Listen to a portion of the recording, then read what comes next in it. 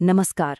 पिछले कुछ समय में हमने अपने रोबोट को कह सकते हैं एक दिमाग दिया, मसल्स दी और सेंस करने की शक्ति भी दी। लेकिन आज हम एक बहुत बड़ा कदम उठाने वाले हैं। आज हम उसे खुद के लिए सोचने की काबिलियत देंगे। मतलब वो सिर्फ हमारे कमांड्स फॉलो नहीं करेगा, बल्कि सोचेगा भी। तो चलिए शुरू करते हैं। तो सबसे बड़ा सवाल यही है कि आखिर सर्किट और मोटर के एक ढेर को सोचने समझने वाली चीज में बदला कैसे जाए। मतलब ये तो जादू जैसा लगता है ना? पर असल में इसका जवाब एक बहुत ही सरल, बहुत ही शानदार आइडिया में छिपा है। और वो आइडिया है ये साइकिल। Sense, think, act. मतलब पहले महसूस करो, फिर सोचो और फिर उस पर काम करो। कोई भी रोबोट इसी तरह काम करता है। वो अपने सेंसर्स से दुनिया को महसूस करता है, फिर उस जानकारी के आधार पर सोचता है कि अब क्या करना चाहिए, और आखिर में अपने मोटर से एक्ट करता है, यानी काम करता है। हमारा पूरा का पूरा फोकस आज उस बीच वाले सबसे जरूरी हिस्से सोचने पर रहेगा। अच्छा, तो सोचने का सबसे बेसिक, सबसे पहला रूप क्या होता है? एक चॉइस बनाना, एक फैसला लेना। और यही है वो पहला असली स्किल जो हम अपने रोबोट को सिखाने जा रहे हैं, एक विकल्प चुनना। और इसके लिए हम प्रोग्रामिंग का एक बहुत ही फंडामेंटल टूल इस्तेमाल करेंगे। इसको समझने का सबसे अच्छा तरीका है हमारी अपनी रोजमर्रा की जिंदगी। इस लाइन को देखिए।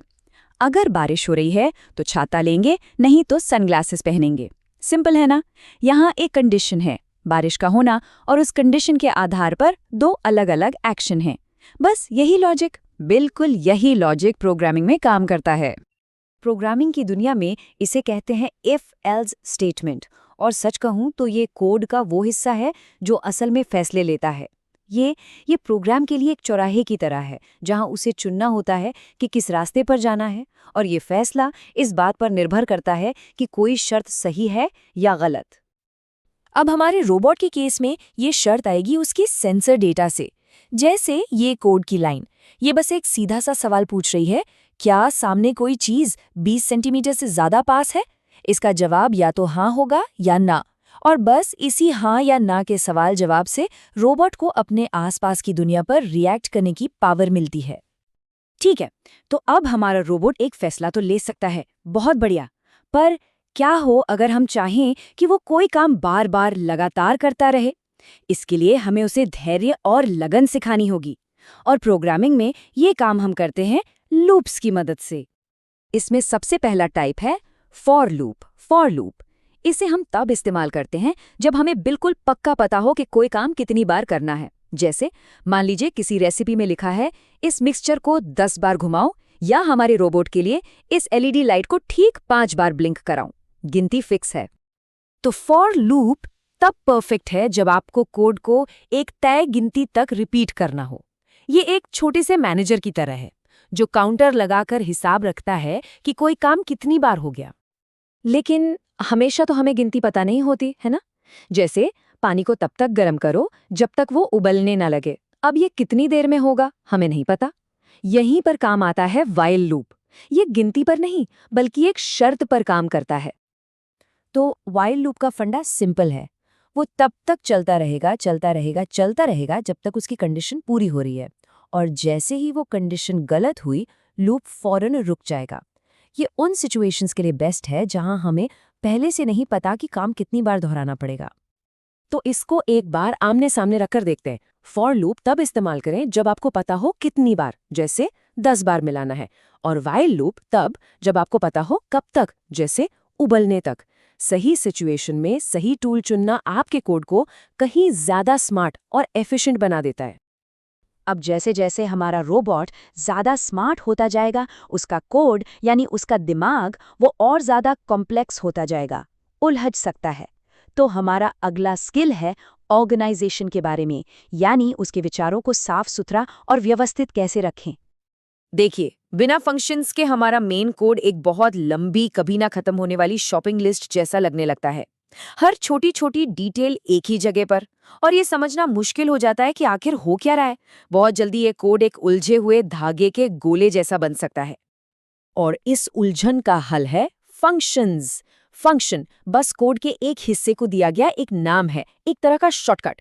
मान लीजिए आपने कोड के एक ब्लॉक को नाम दे दिया मूव फॉरवर्ड।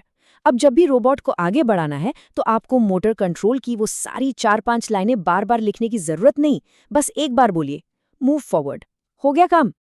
और इसका नतीजा कमाल का होता है। देखिए, फंक्शंस इस्तेमाल करने के बाद हमारा मेन कोड कितना साफ सुथरा और पढ़ने में आसान हो गया है। अब ये एक कहानी बता रहा है, पहले मूव फॉरवर्ड, फिर स्टॉप मोटर्स। सारी की सारी कॉम्प्लेक्स डिटेल्स फंक्शंस के अंदर छिपी हैं और जो मेन लॉजिक है वो एकदम क्रिस्टल क्लियर है। चलिए, अब वक्त आ गया है इन सारे स्किल्स को एक साथ इस्तेमाल करने का। हमारी फाइनल परीक्षा है, एक प्रोजेक्ट जिसे मैं कहना पसंद करता हूँ द हेजिटेंट रोबोट, मतलब झिझकने वाला रोबोट। ये हमारा पहला सही मायनों में स्मार्ट रोबोट बनने वाला है। तो इस रोबोट की सोचने की प्रोसेस क्या होगी? देखिए, ये सीधे सीधे हमारी सेंस थिंक एक्ट साइकिल से जुड़ती हैं।